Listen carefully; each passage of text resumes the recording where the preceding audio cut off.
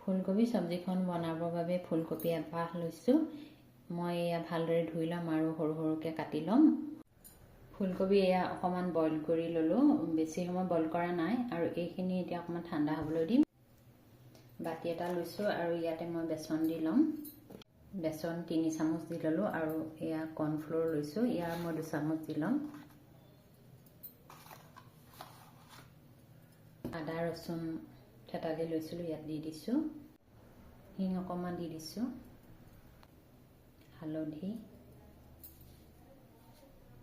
আৰু নিমখ দি দিছোঁ।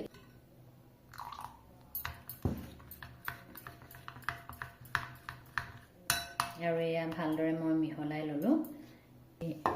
বেচনত লেটিয়াই লৈছোঁ।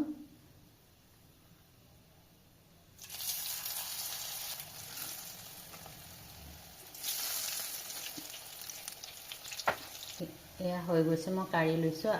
আলুকেইডোখৰ ফ্ৰাই কৰি ল'ম।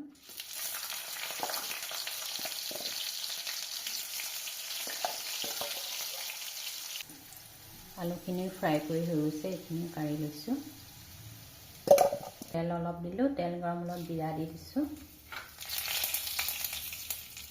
ধনিয়া দি দিছোঁ, ধনিয়া গুড়ি, জিৰা গুড়ি দি দিছোঁ, হালধি দি দিছোঁ।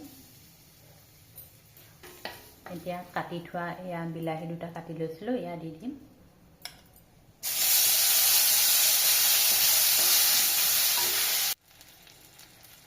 আন্দাজমতে নিমখ দি দিছোঁ আৰু এইখিনি অকণমান দেৰি সিজাই ল'ম।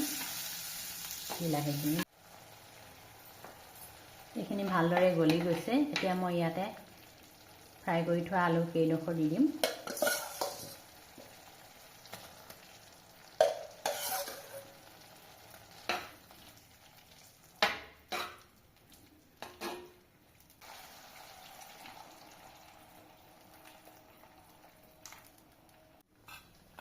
আৰু এতিয়া কবি দি দিছোঁ, বেচনৰ লগত ফ্ৰাই কৰি থোৱা। জলকীয়া দি দিছোঁ, অলপ সময় সিজিবলৈ ঢাকি দিম।